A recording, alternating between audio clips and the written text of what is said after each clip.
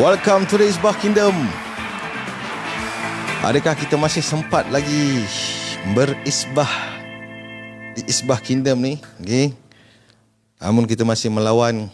Hari ini kita bicara topik yang sangat-sangat hangat. Jika digembar-gemburkan perkara ni hangat, guys. Okay. Tapi kita bukan nak cerita tentang siapa betul, siapa salah. Tetapi kita lebih kepada exposure, pendedahan kepada ramai orang tentang realiti yang sebenar. Jadi supaya dengan harapan orang itu dia boleh menentukan apakah jalan-jalan yang dirasa isbah untuk dia. Sebelum tu kita sound check dulu kawan-kawan, kepada kawan-kawan yang mungkin sedang memandu berhati-hati di jalan raya, kepada kawan-kawan yang masih menghenyak, teruskan menghenyak. Sebelum tu kita sound check dulu, guys. Adakah boleh dengar suara saya dengan jelas?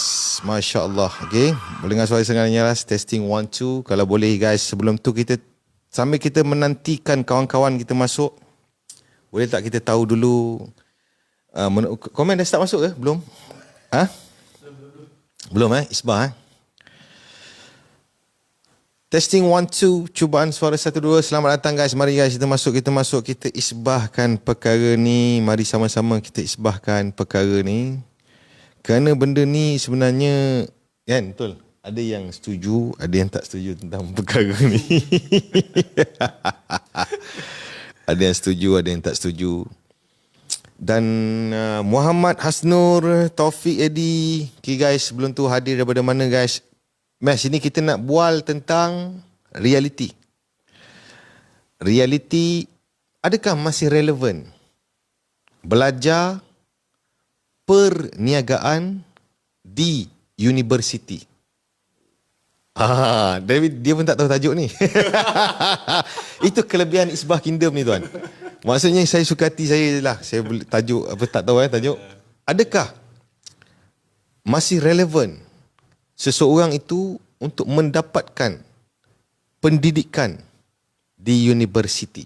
Kerana bersama saya sekarang ni seorang, kita katakan contoh, yang memang mempunyai ijazah sarjana muda dalam bidang apa, tuan?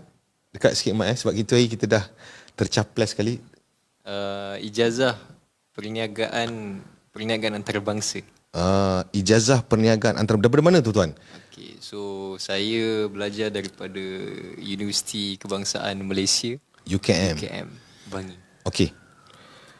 Dari perbincangan kita ini mungkin agak mungkin ada yang tak setuju, mungkin ada setuju, tapi tak apa.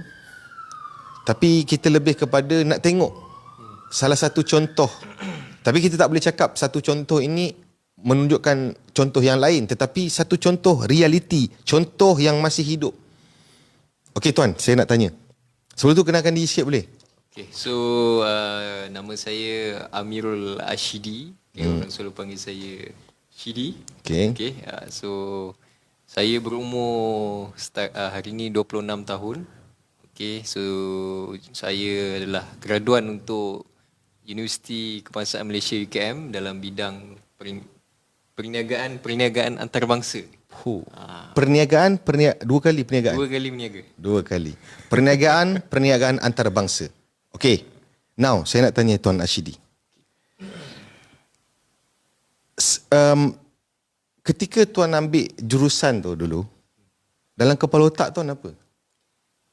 Adakah tuan ambil belajar kos ni atas faktor tuan yang pilih, ataupun faktor orang sekeliling, ataupun memang tuan sendiri pilih jurusan ni? Okay, so waktu saya pilih itulah jurusan perniagaan tu, memang sebab saya memang daripada zaman sekolah lagi. Okay, sekolah lagi memang saya jenis suka menjual lah. Saya suka berniaga. Suka berniaga lah. Saya pun expect belajar universiti tu, dia letak nama pentadbiran perniagaan. So yang tu perniagaan lah. So memang saya saya ke mana-mana. Mic tu mesti mau depan. Mau cakap. Ini tak. Okay. saya ajar tuan satu ilmu. Sorry kita sambung. Ilmu ni tak semua orang tahu. Bila ada mic, always cakap dekat dia punya ni, penunu bana. Ini sebenarnya okay. Yes. Sini. Sebab itu yang dia ni tu punca dia pergi cakap dagu dia kat sini, mic kat sini mic dah laga kasar, dia pergi cakap kat tepi bagi dagu.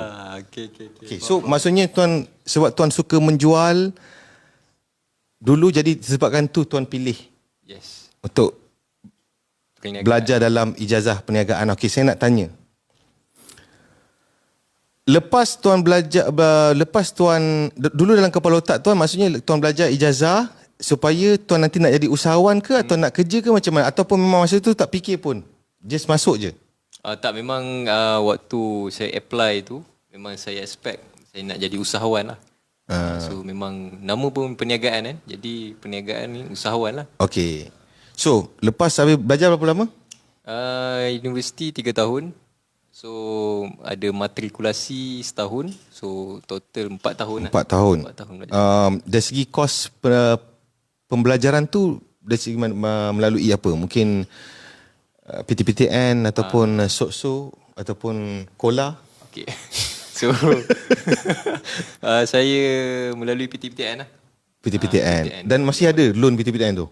Loan tu kena setiap bulan kena ni lah. Masih ada hutang? Masih ada hutang. Lepas belajar tu, apa berlaku? Okey. So lepas saya belajar, belajar perniagaan. Ni cerita tegak tau. Maksudnya saya nak recall balik, sebab saya yakin kalau macam tuan ni, yang jurusan macam tuan ni, perniagaan antarabangsa, 2 kali perniagaan dan di antarabangsa kan. Saya kira ramai kat luar sana. Lepas habis dia belajar, apa lepas tu terus buat apa? Okay, so kalau saya lepas saya habis je belajar perniagaan antarabangsa tu, saya memang cuba untuk keluar lah jadi usahawan. Tapi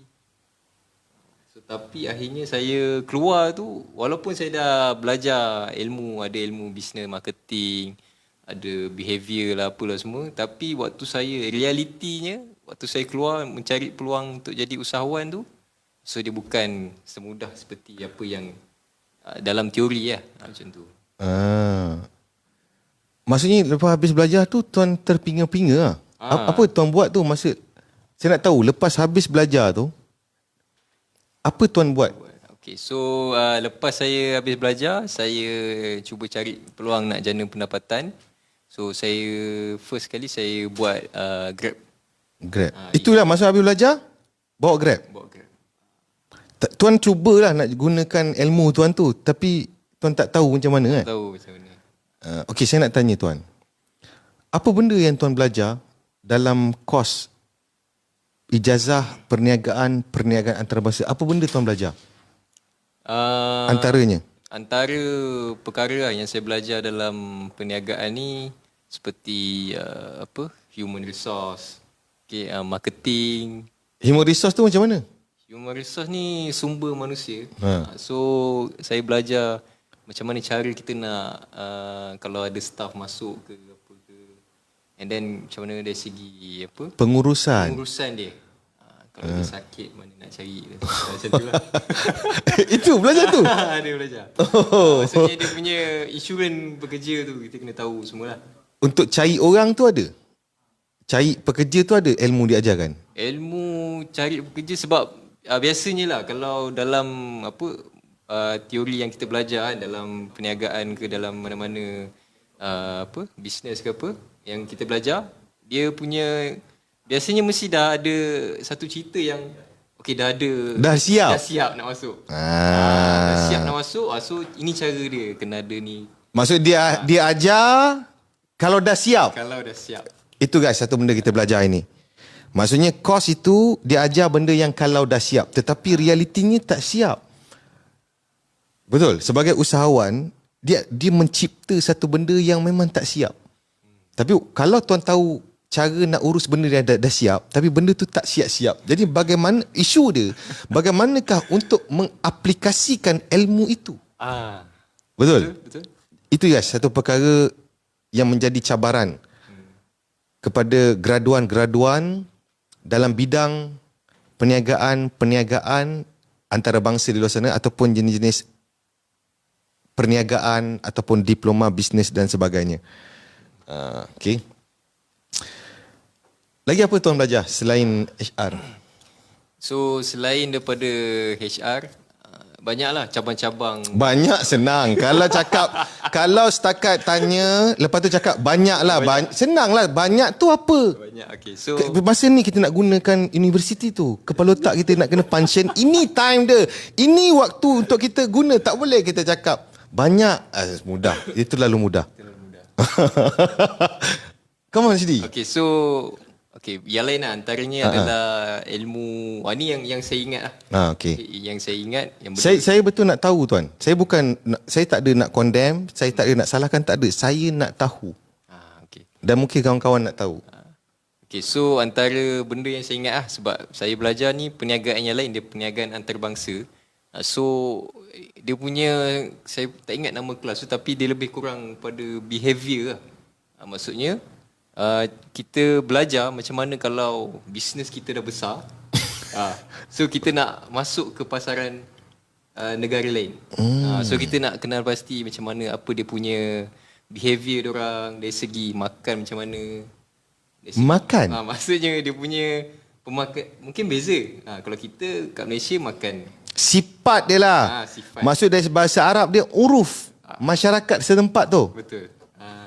Jadi point dia ialah Shidi ni dia belajar satu ilmu yang kalau dah siap.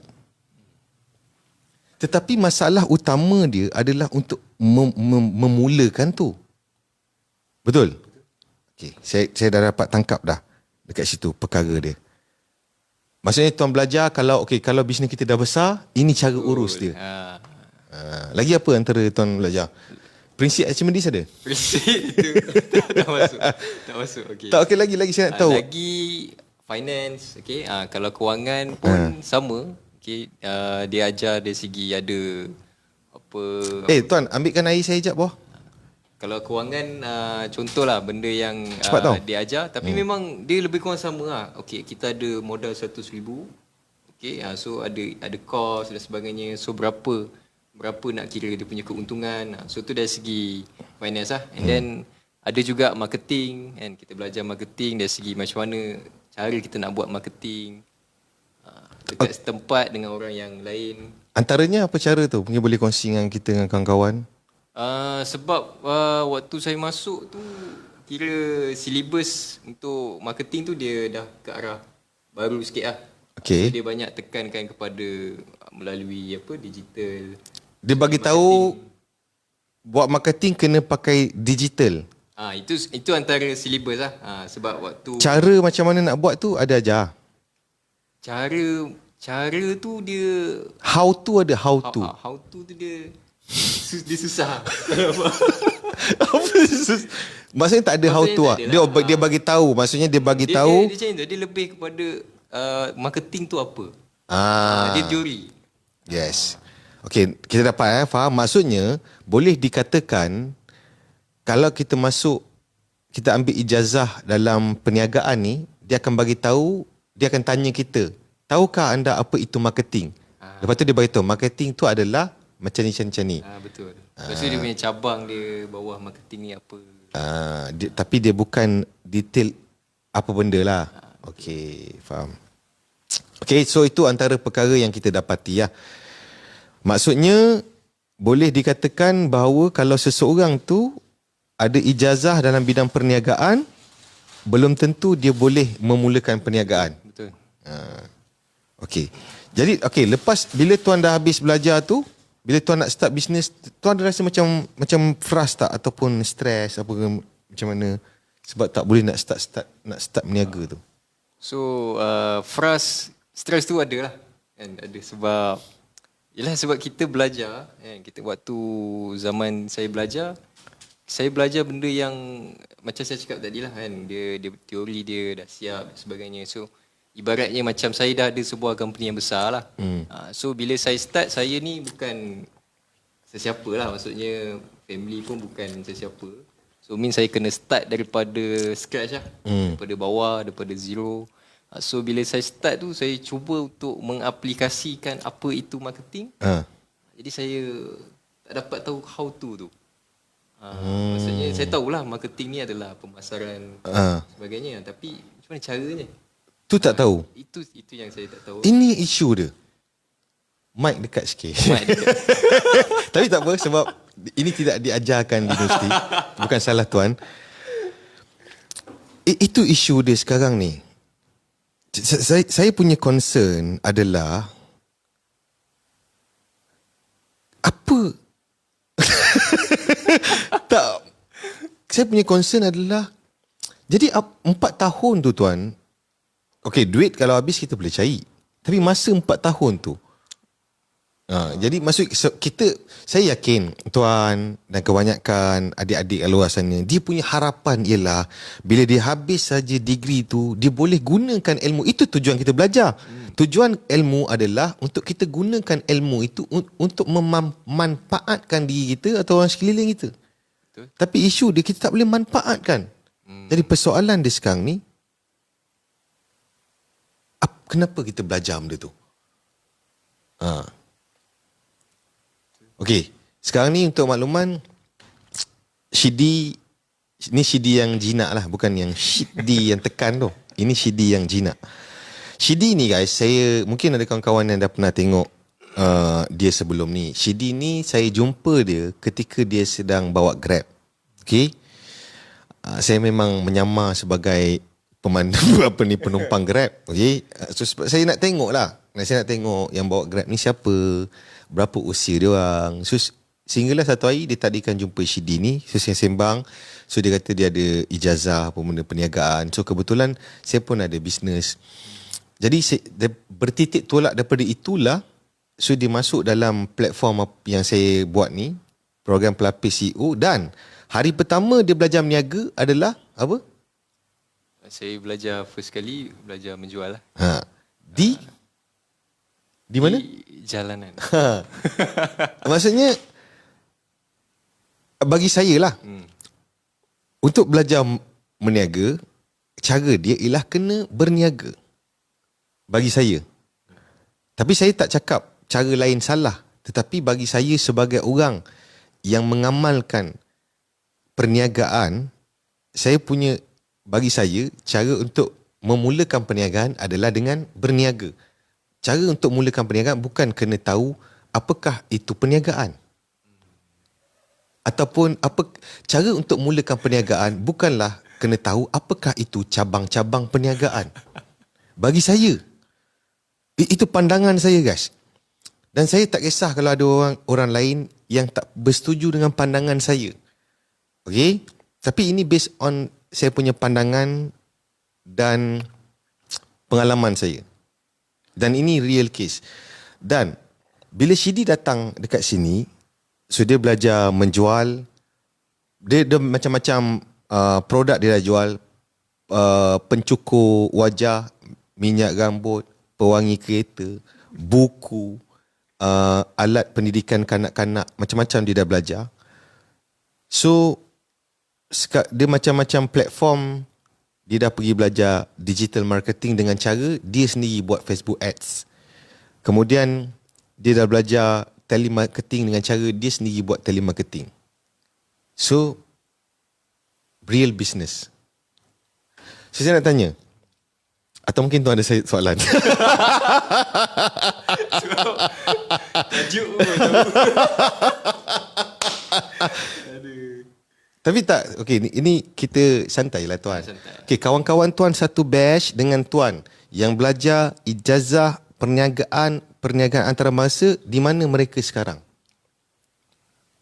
Kawan-kawan, kalau kawan-kawan tu ada yang saya nampak ada yang berniaga, and then ada juga yang kerja. Tapi kebanyakan yang saya jumpa, kawan-kawan saya yang saya cuba tengok balik, mereka kerja sebab kalau bahasa Inggerisnya dia panggil business administration. So ada yang, maksudnya betul lah.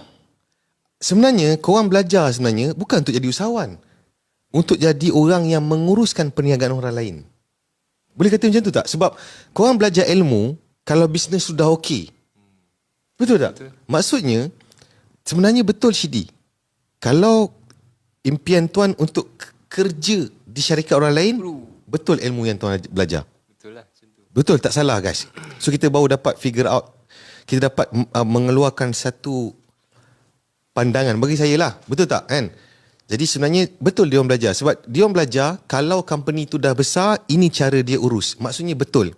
Kalau dia punya mind untuk kerja di syarikat orang, tak salah pun belajar ijazah perniagaan antarabangsa. Cuma kalau dia punya impian memang untuk jadi usahawan, cara dia 4 tahun tu dia kena terus buat bisnes. Dia kena tonggang terbalik, jatuh bangun, dia kena terus start. Itu based on saya punya opinion. Pandangan korang macam mana guys, penonton? Jangan tengok je, jangan sampai saya empas handphone ni. Okay? Kalau ada yang setengah memandu, berhenti tepi, typekan sekejap, empaskan handphone. Apa pandangan korang guys? Kita dekat sini, kita tak kisah. Boleh berbeza pandangan, tapi kita blood brother. Kita semua ada pandangan dan pendapat masing-masing. Okay? Tapi betul lah tuan, maksudnya bila saya dengar apa yang tuan kongsikan, kawan-kawan tuan ada yang kerja di company untuk menguruskan company orang lain. Sebab ada yang bahagian marketing, dan ada juga dia kerja sales, tapi sales company orang lah. Yang dah besar macam tu lah. Okey. Jadi betul tu.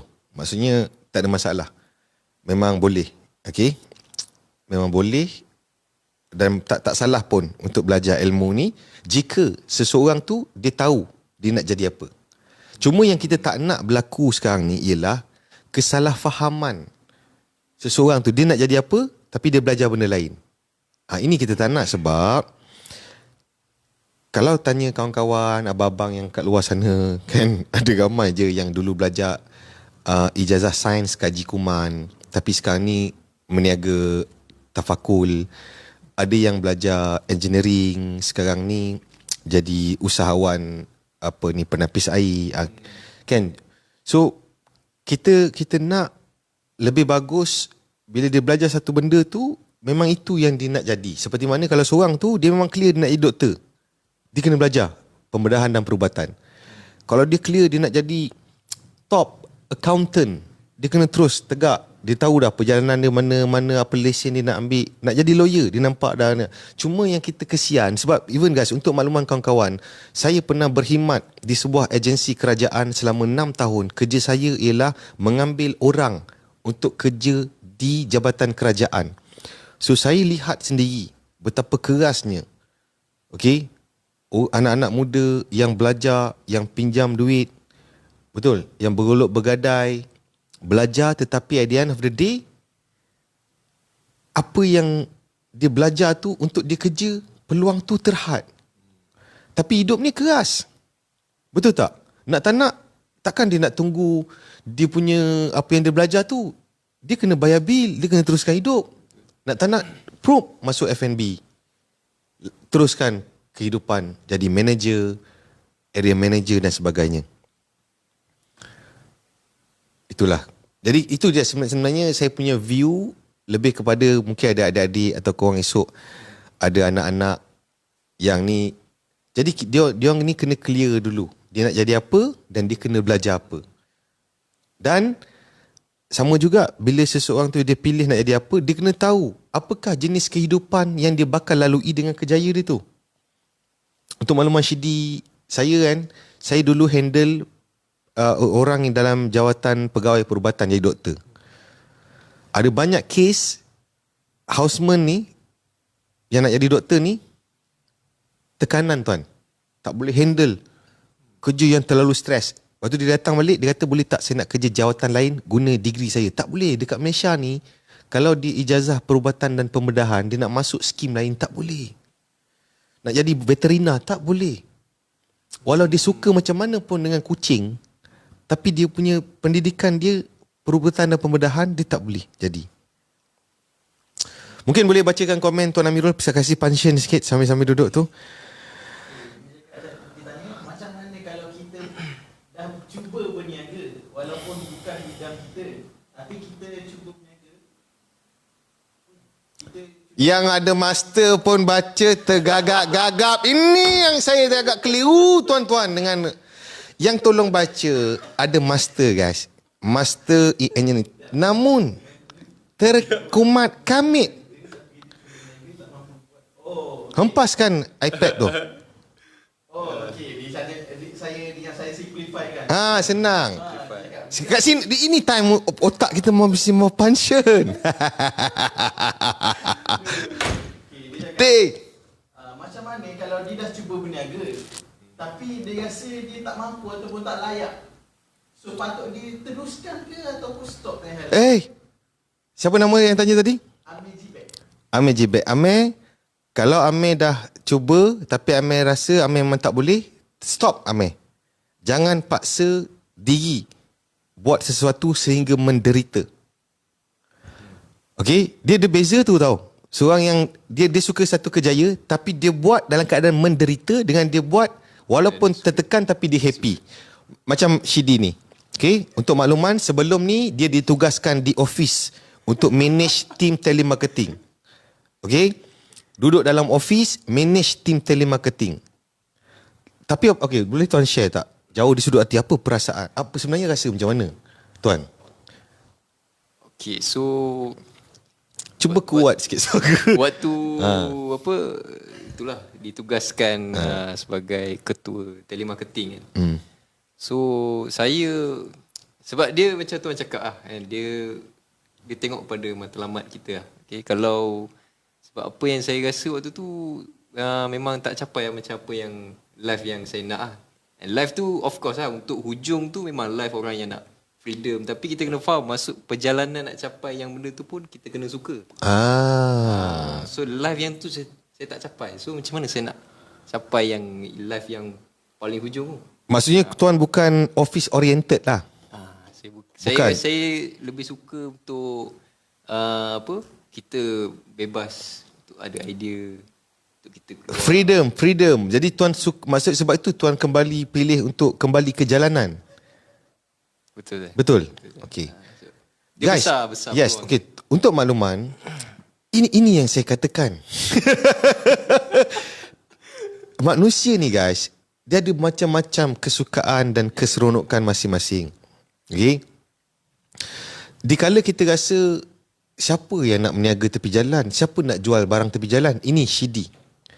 Dia guys, dia meronta-ronta, dia selalu WhatsApp saya, selalu ni dia kata dia nak kembali berniaga tepi jalan. Dia kembali nak buat sale. Sebab dia jiwa sales. Tuan happy ke? So setakat ni memang saya tekanan buat sale tu ada, tapi dia sebab kita suka apa yang kita buat, so happy rasanya. Tertekan tapi happy betul lah. Macam contoh, sebab tu saya cakap macam orang tu nak jadi usahawan, dia betul dalam perjalanan jadi usahawan ni memang susah, tapi struggle macam mana pun dia kena ada fun. Dia having fun melaksanakan kerja-kerja setiap hari tu. Bila orang tu dia berniaga tapi dia stres, ini macam dia tertekan, betul, tak nak senyum, campak remote TV. Ini yang kita macam kita tak nak benda macam ni berlaku lah. Okay. Tuan Amirul boleh bacakan lagi? Contoh, kalau dia dah ada team, sekarang ada team, tapi dia rasa tak sesuai, tapi dah 4 tahun buat team, dan team ni dah 4 tahun. So macam mana? Perlu tak kita keluar?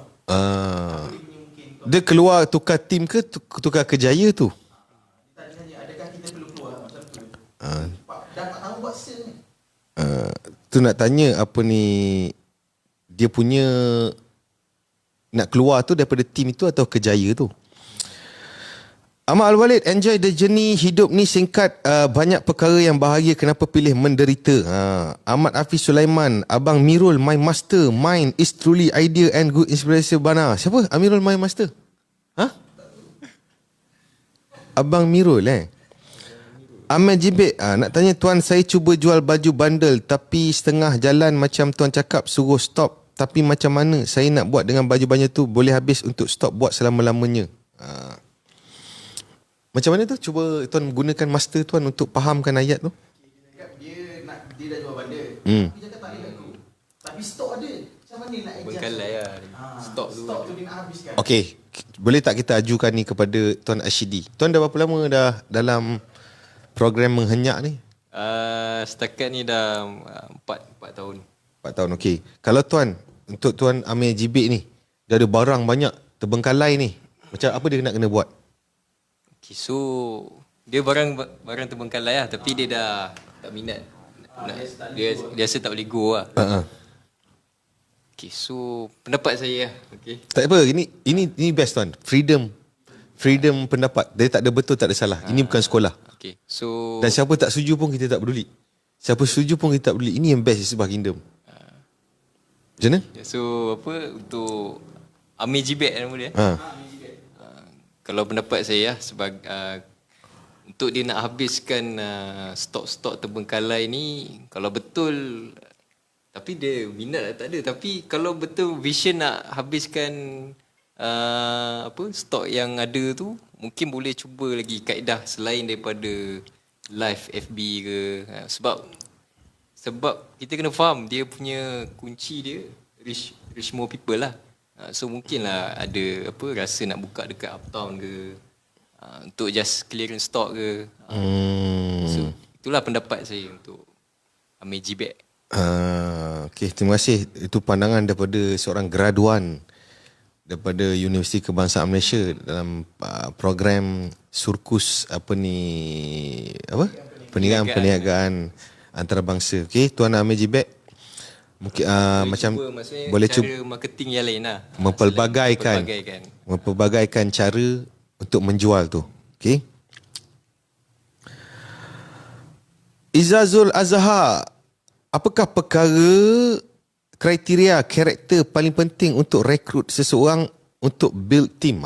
Yang ni kita mungkin boleh utarakan kepada Tuan Ashidi kita. Dia pun berpengalaman dalam bina team. Okay, Tuan dah 3 tahun bina team, jatuh bangun. Apa Tuan rasa? Ini dalam dunia sales. Apa karakter seseorang kena ada dalam dunia sales ni? Based on experience Tuan. Okay, so pengalaman saya, okay, sebab dia sales ada dua ni lah. Satu memang dia fully dapat keuntungan je, commission, and then ada yang basic plus commission semua. So kalau soalan tadi yang untuk kriteria bina tim yang memang full keuntungan, dia nak cari apa kriteria seseorang tu untuk jadi team sales. Okay, so sifat dia. Okay, sifat dia benda yang first kali yang saya rasa kalau dia nak jadi recruit team sales tu, dia kena seorang yang berfikiran kalau orang putih cakap result oriented lah. Result oriented. So benda ni penting sekali lah, sebab sales punya ni dia memang kena push diri tau. So bila kita push untuk dapat sales tu, kalau first kali dia tak ada pemikiran yang selalu nak ada result, selalu nak ada keuntungan, so benda tu yang akan sukar lah untuk kita lagi nak growkan team. So kalau saya sendiri, kalau saya nak bina team, first kali memang saya cari orang yang bangun pagi je, aku rasa hari ni aku mesti capai sekian-sekian. Maksudnya betul. Maksudnya kalau nak pertama ada banyak lagi kriteria kita ulas. Yang pertama, kriteria dia mesti result oriented. Maksudnya dia berkiblatkan hasil. Maksudnya setiap hari dia hidup dengan matlamat. Always setiap hari dia punya di bibir dia adalah sale dan sale. Macam mana nak capai sale, macam mana nak capai sale. Jadi kalau orang tu dia rasa bila kita tanya pasal sale dia lagi stress, dia kena berambus daripada situ. Dia tak sesuai. Sebab you are belong macam ni situ tu. 4 jam baling pergi kerja sana. Kau tak sesuai sini. Betul? Belong tu. Tapi Tuan, macam mana kita nak evaluate seseorang tu bahawa dia adalah result oriented? Apa kaedah dia? Time interview ada apa jenis soalan yang Tuan tanya? Untuk menguji kepala otak dia ni bahawa dia ni jenis kiblat dia adalah result oriented. Okay, so kalau dari segi untuk interview tanya tu adalah dia punya ayat dia sesuai, cuma buat masa sekarang ni saya tak Tak ingat lah, tapi ada satu lagi perkara. Selepas kalau apa kita rasa dia okey, time interview tu nampak dia bersemangat apa. So memang cara dia adalah kalau sales ni kita kena praktikal tu lah. Kalau saya akan bagi dia peluang untuk ikut 5 hari ataupun 10 hari.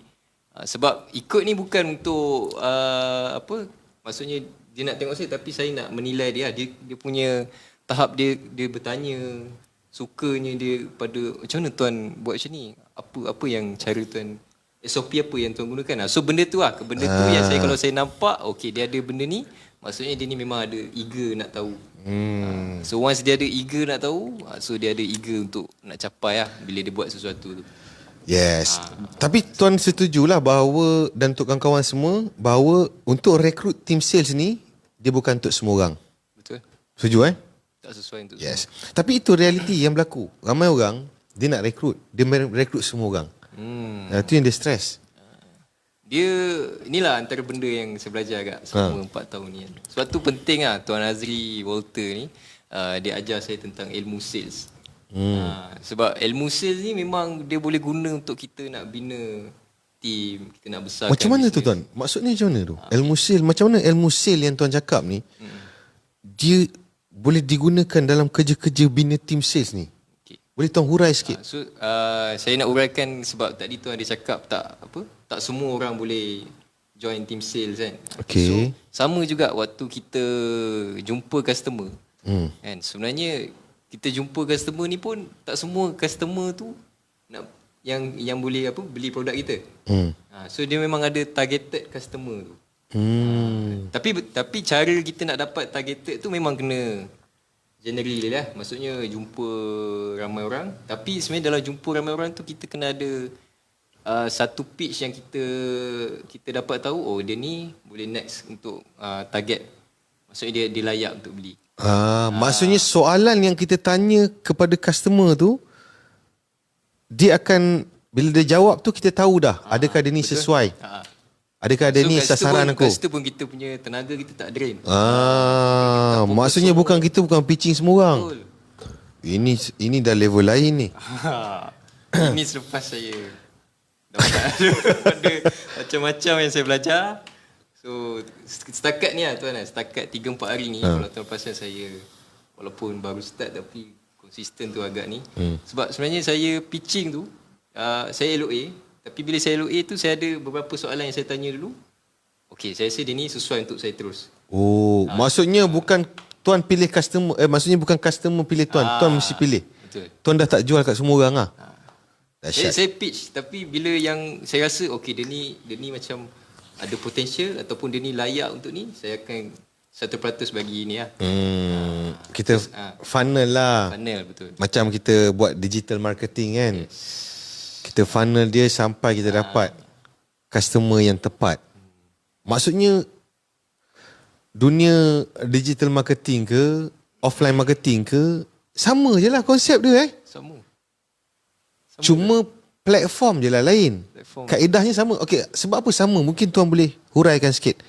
Apa antara perkara yang tuan tengok struktur dia sama bila dalam digital offline ni struktur dia sama? Apa contoh? Okay, so struktur lah kalau siapa yang dalam audience ni viewer ni ada belajar pasal FB Ads semua.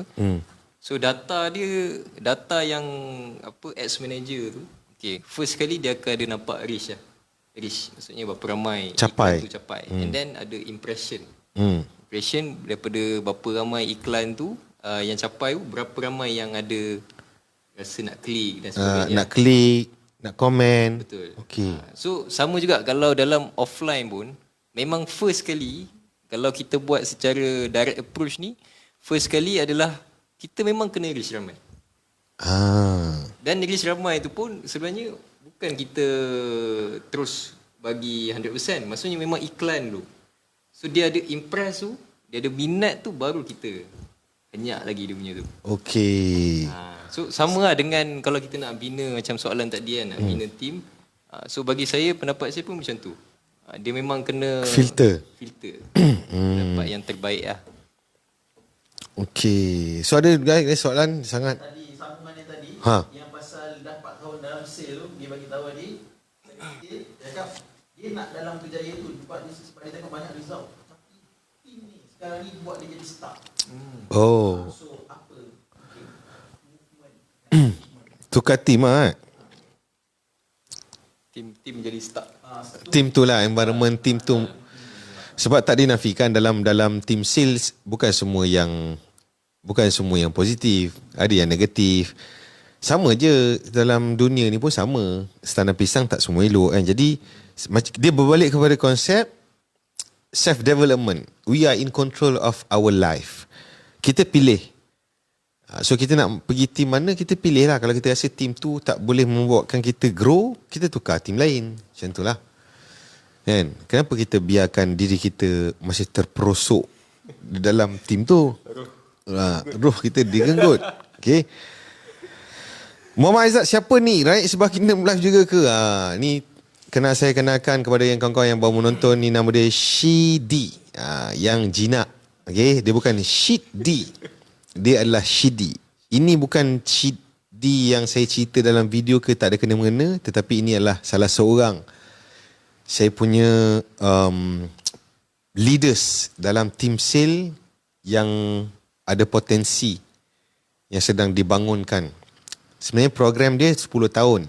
Sekarang dah berapa tahun? Sekarang 4 tahun. Ada 6 tahun lagi untuk dia dalam program ni. So kalau dia give up lepas 10 tahun, maka dia boleh start cari kerja ataupun kerja tempat lama. Okay, so kita dah masuk waktu maghrib ke? Tolong tengokkan yang master pun. Belum Okay. Ada lagi guys soalan, mungkin soalan-soalan akhir. Kita bukan senang ni guys, kita dapat seorang yang pengamal dunia jualan. F2F. Okay, kalau telemarketing pula macam mana? Bila tuan buat telemarketing semua ni, apa yang tuan dapati? Dia memang mana-mana lah. Cabang sales pun dia memang tak lagi daripada apa, the more people you reach, the more chance you will get. Even dalam telemarketing kita punya cara kita ada, still ada marketer and then buat iklan, so dapat leads. So leads tu pun, and then leads tu yang team sales akan closing lah. So even leads tu pun bukan semua yang kita, sebab untuk telemarketing kita ada satu skrip lah. So skrip ni memang skrip yang kita filter juga. Okay, so dia ni sesuai untuk harga produk macam ni. So yang ni sesuai untuk beli macam ni. So bila dia cakap something macam ni, so maksudnya dia sesuai untuk beli lebih mahal lah. Macam tu lah. So dia punya key dia sama lah, reach more people lah. Okay. Daus Wira, bagaimana untuk buat buyer jatuh hati atau tertarik dengan produk kita jual?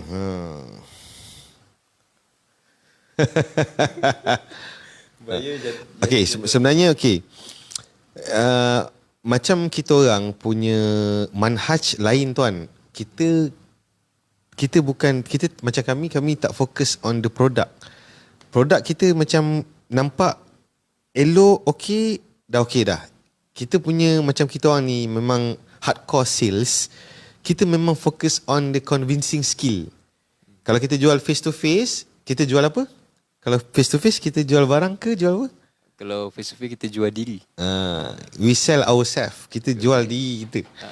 Kita sebagai orang yang approach seorang strangers tu, kita punya lengguk badan, semangat kita, cara kita bercakap, pemakaian kita, sebenarnya kita jual itu. We sell ourselves. Okay. Manakala dekat dunia online sama. Kita dengan kita punya copywriting, kita create demand tu.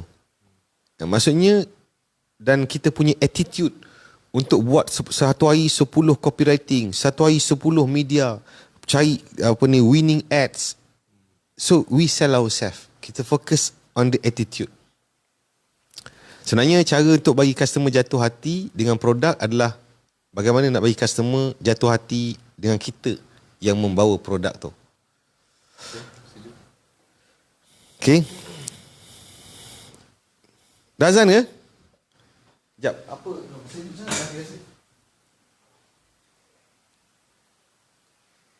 Dia akan sini tergambar. Okay guys, so siapa ada soalan boleh ajukan sementara tunggu azan maghrib.